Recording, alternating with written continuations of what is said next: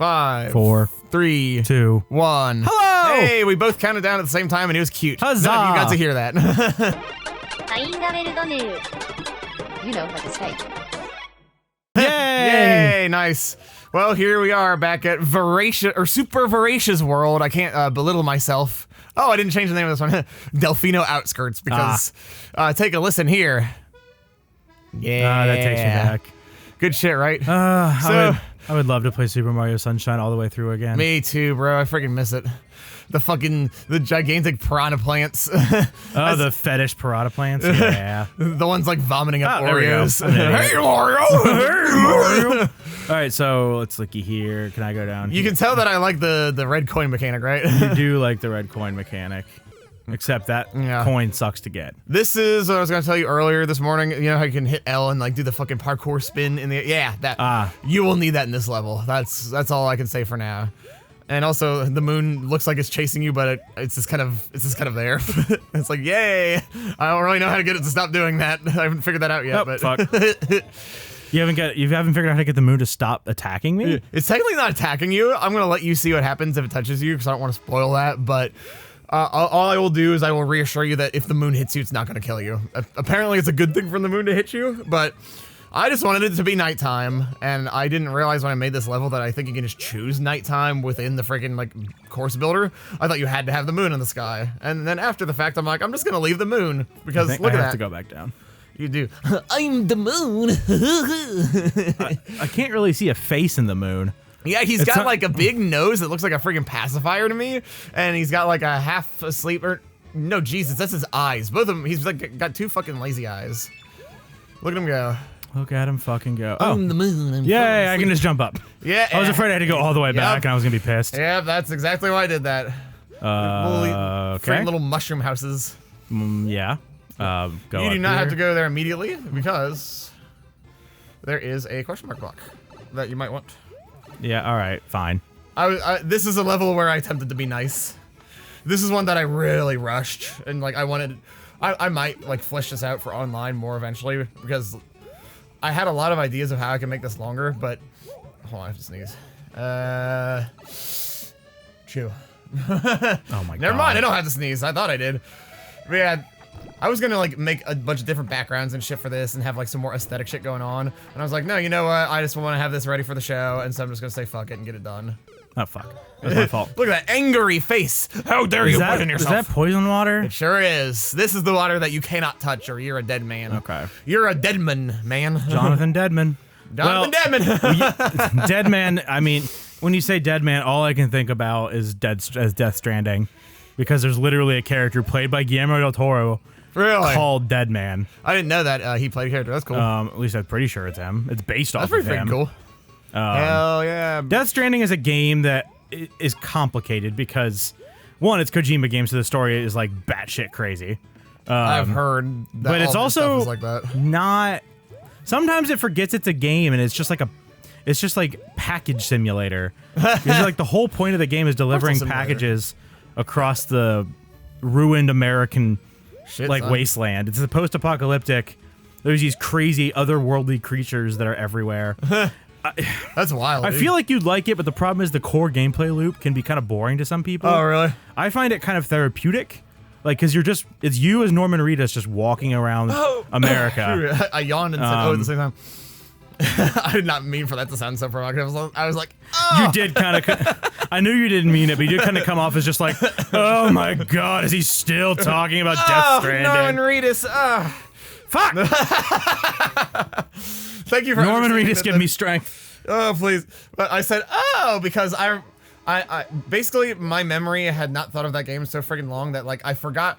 I had two separate memories that have now combined into one, because I had heard of Death Stranding before the name was announced, and it was known as, oh, Norman Reedus is going to be in a game. Norman Reedus and the Spunky Fetus. Yeah, it's like the friggin' Norman Reedus game, and then eventually Death Stranding came out, and by that point I forgot that Norman Reedus was going to be in a video game. Yep. And now I know that it's like, oh yeah, he's in. That's the one that he's in. I freaking forgot. There's actually a lot of celebrity cameos. Really? The only one I can think of off the top of my head is Conan O'Brien. Oh wow. He's in it. He plays this guy who's a otter cosplayer. Really? Yeah, very weird. That's very random, but very... He gives you a suit that helps you travel through water. That's mildly to marginally interesting, actually. He is optional. He's in the bottom of this giant ravine. It's a very interesting game because it is fun at its core. At least I think it's kind of fun, but some people definitely do not Jones with it because it's very meditative. Yeah. It's very pretty and the music's beautiful. But you are just pressing triangle, basically. Not triangle. It's you trying to balance packages on yourself. Oh, because there's like a balance mechanic, and if you like fall down a cliff, you like damage because you're trying to deliver packages from place to place. And then there's these monsters that are everywhere. I forget what they're called. That's pretty cool. PTs, I think.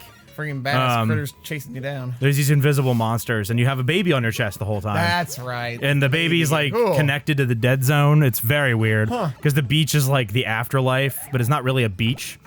It's just called the beach, but it's actually like the connection to the afterlife where all the PTs come from. It's very strange. The PTs? What about the Putus? The Putus? Putus are a real thing. Aren't they? Are they a bird? Yes, they sure are, bro. Fuck. You might have the long jump there. I'm not sure if you have to, but that's the thing that you can do. Yeah, Putus are the friggin' God. I'll have to find it in between episodes and maybe play it. I think the birds with gigantic eyes. Yeah, they're the ones that look like Muppets and they have giant mouths. Yeah. And they make fucking terrifying, creepy ass noises, but they're adorable. And apparently they're super common in Australia. They're like here we got friggin' blue jays and whatever else, and they're awesome. And they have Putus and kookaburras. Yeah, I was gonna say they got Putus and fucking kookaburras. Dude, that ain't no joke. Because I know the stereotypical bird to associate with Australia is kookaburras, but like they literally land on people's porches. They're like crows over there, basically. Like for me, God damn it. Like, nice. There we go. Friggin' like crows and shit don't land in my backyard every single day, but very often, like many mornings, any given calendar week or month. Any given Sunday. Yeah, any given Sunday, there are many a crow that come visit me. And that's how it is in Australia. Apparently kookaburras just hang out on people's porches and they still do the thing. It's still like, whoa, like, right? And somebody got a video sitting on their porch and a kookaburra, I think it was some dude just sitting on his porch smoking, or maybe he's either smoking or bird watching or both, which is kind of a funny combination. But he's out on his porch and a kookaburra just fucking lands directly next to him, like on the empty porch chair next to him, and starts freaking out. And he like does a close-up of like the video, and he's like, hey bud, can you not? I'm trying to sit here and chill here. Like, is this a relaxing morning? Look at you go. Shit. And it looks in the camera, it's like, what a life to live, bro. Like, truly, Australia is like the most real-ass double-edged sword ever, because you win some and you lose some. In order to have the fucking amazing experience of going and hanging out on your porch with a kookaburra, you must also deal with murder spiders the size of a house. And horrible government censorship. Yeah. Apparently, Australia is horrible about I have heard that. Video game censorship, especially. Really? Like, they have special Australia releases sometimes for games because there's like really weird censorship laws. Germany can be the same way sometimes. I've heard that about Australian politics to some extent. Apparently, at least for a long time, Australian politics are very right wing. Yeah, very like to the so. point of like extremism. Apparently, that's freaking crazy. That could just be me not understanding Australian politics, but yeah, if by some fucking crazy coincidence we have any Australian viewers in the audience, because we do advertise to all nations, please correct us if we're wrong or confirm if we're right, and if not, oh well. But man, I just want a UFO to land in my backyard, and I know that ain't gonna happen. If they land anywhere, it's not gonna be in my backyard. Yeah, I have no interest in being anywhere near first contact, to be quite honest. That's fair. Because I don't think it'll be friendly. I'll be honest, bro. I used to be like dead set on that, and I admittedly go back and forth. I think it's fair to say that it's like I was saying off camera when we had dinner. We were just talking about like, you know, ghosts and shit, and it's like there are things within the realm of human understanding that like I would feel super like shitty and like pretentious for acting like I understood. Like there is stuff in this world that is far beyond human comprehension, man.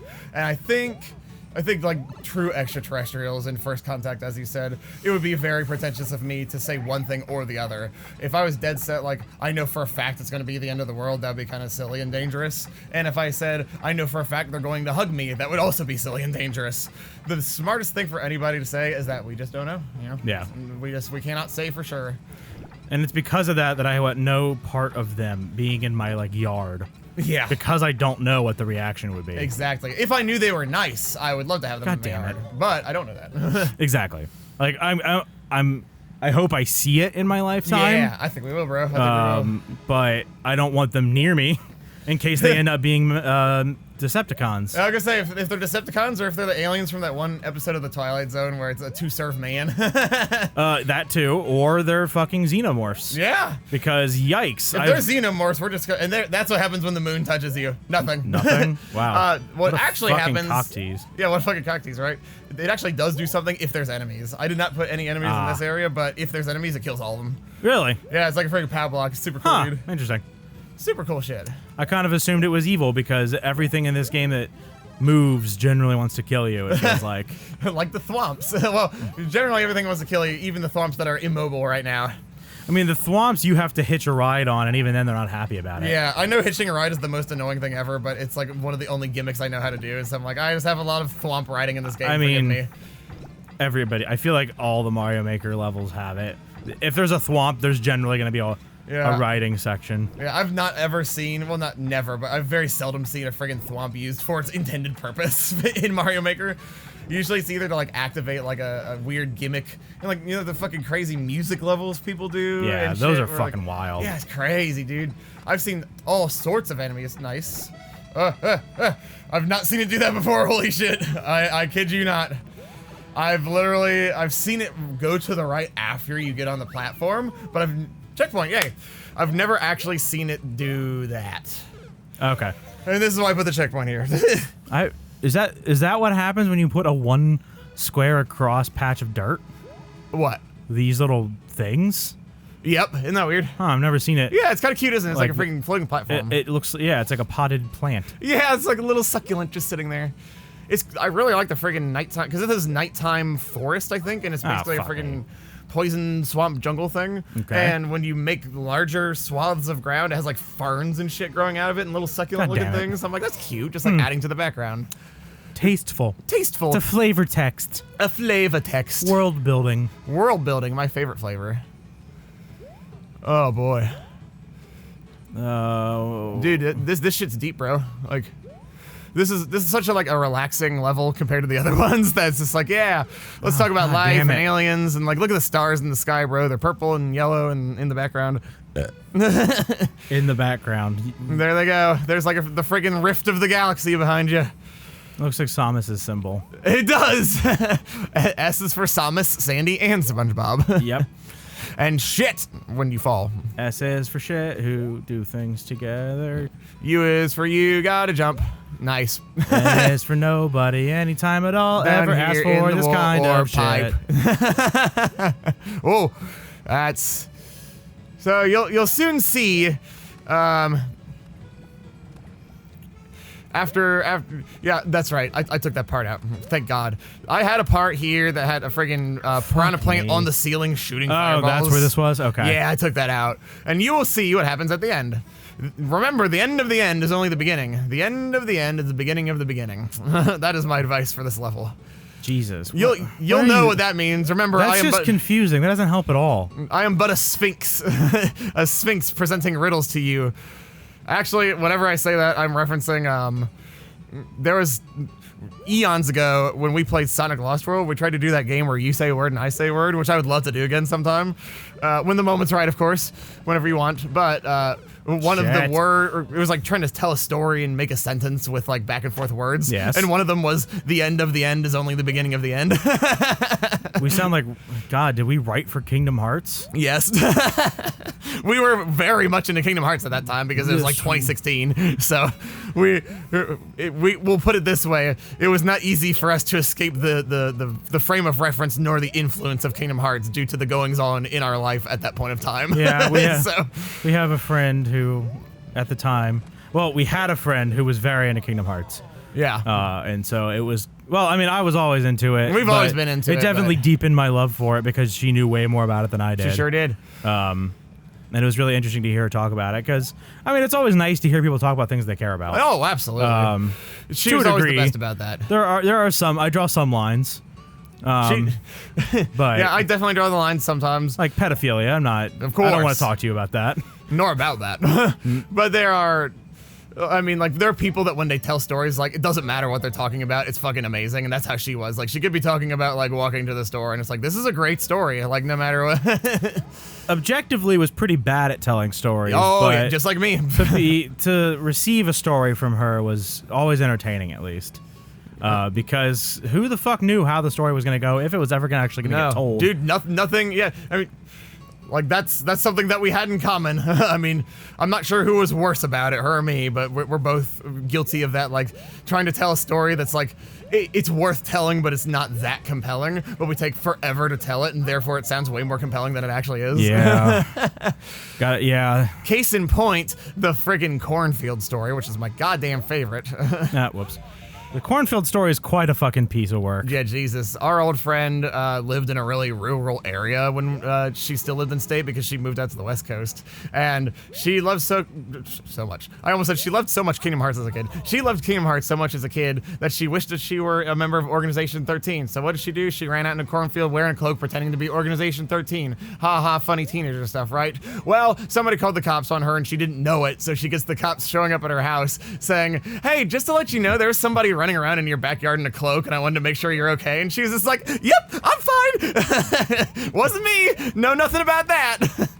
And that was her riveting tale. And she always took at least twice as long to tell it than I just did.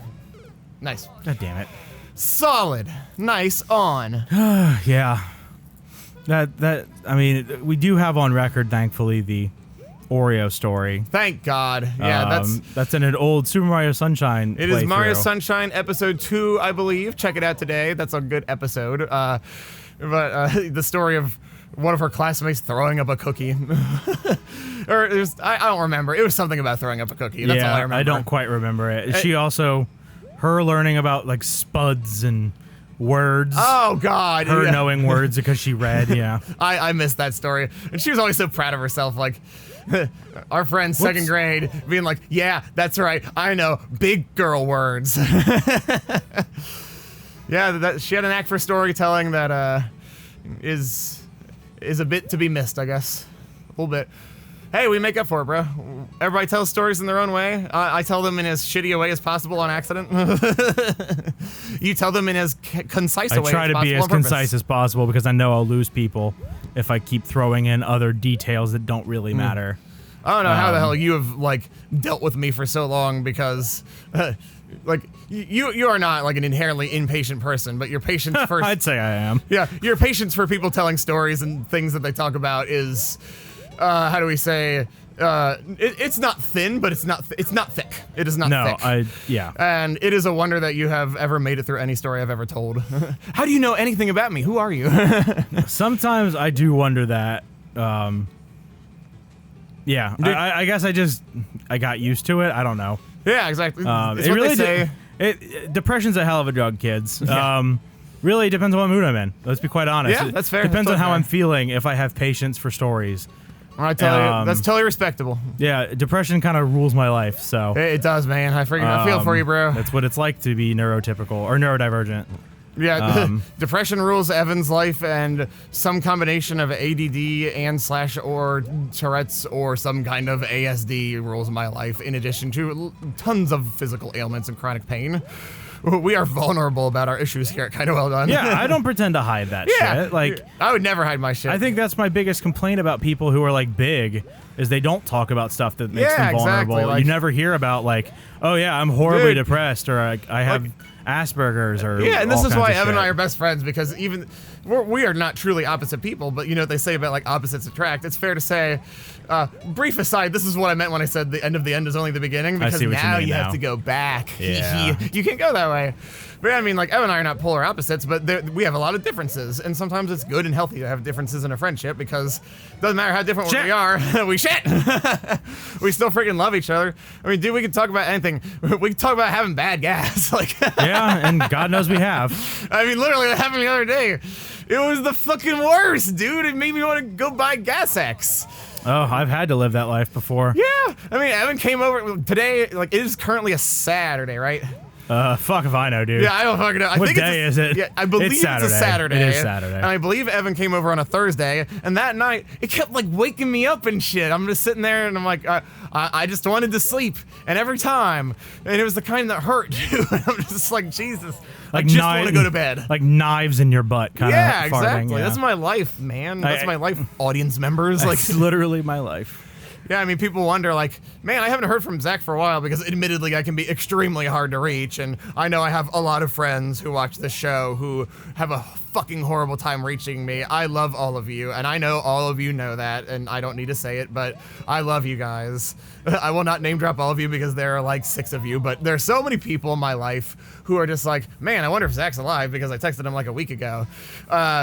Being neurodivergent is a hell of a drug indeed, bro, because sometimes it's just... It's like, it'll be like days at a time, and it's like, holy shit, that person like wants to know how I am. I should probably say how I am. Yeah. It's not for being inconsiderate, but it's my fucking wonky brain being somewhere else. I'm sorry, my mind was somewhere else, like in Skyrim. Well, I mean, like, Evan and I get each other. That's why this works. That's why we've been best bros for a lifetime, because... I mean, I've had friends in my life, like, you know, our old friend who wanted to be part of Organization 13. We were friends for years, and, you know, we don't see each other these days, and we had so much in common that we drove each other crazy. Like, and for a time, that can be a good thing, but sometimes, you know, opposites attract and such. Yeah. Fucking magnets, how do they work? That is the eternal question, bro. If Violent J and Shaggy 2 Dope don't have the answer to that question, I don't know who the hell. Why the does, hell would man. I? Yeah. How am I gonna have it if those two don't? Yeah, bro, like the men who brought you Juggalo homies, like the men that I would trust with any information. I would not trust them with any information, but dude, that's such a feel-good song for like, we're homies, bro. Homies is such a good song, and yes, yeah, Homies is a song about how like you're like literally the first verse is right, like I think it's Shaggy 2 Dope. He's laying it down the line. He's like, we're gonna talk about something, y'all. We're gonna talk about homies because let's reference the fact that a lot of y'all have like third cousins. Get the fuck out of here. I want homies as my family. Those are the people that I actually see and spend time with. They know me. They know my life. They might not be blood, but they are my actual family because they're my homies, and I feel that my homies are my bros, and vice versa. So I think we should do one more try next time. Okay. Mario's like nodding his head along with the music. I will do one more try. On a scale of normal frustrating to Zach's flying donut level frustrating, how frustrating is this? Maybe a skosh above normal frustrating. It seems a skosh. Like I can get there the one way, but it's getting back. It's just a pain in the ass. Getting back is the fucking worst part. And it's possible, but it's really annoying. Like, it does irk me a tad that I have to come back. Yeah. And I'm small. And I'm small. I guess you could. Well, no. In order to have the mushroom, you'd have to go all the friggin' way back to like. You'd have to go in the warp pipe, you'd have to jump over the thwomps, then you'd have to go back up in the other warp pipe, so that's almost more trouble than it's worth. Yeah, I'd say that is. Yeah, this is the part where I started friggin' rushing because I took that thing off the donuts, I'm like, fuck it, I'm just gonna finish the level. In retrospect, like, I would have put a mushroom here, like, to help. Hey, nice. This is the attempt. This is a good attempt. Yeah, I do feel okay about it. It's so weird how the donuts are slippery. I don't know why they're so slippery. I mean, they're glazed, clearly. God damn it. Oh, you got me. You said that so deadpan.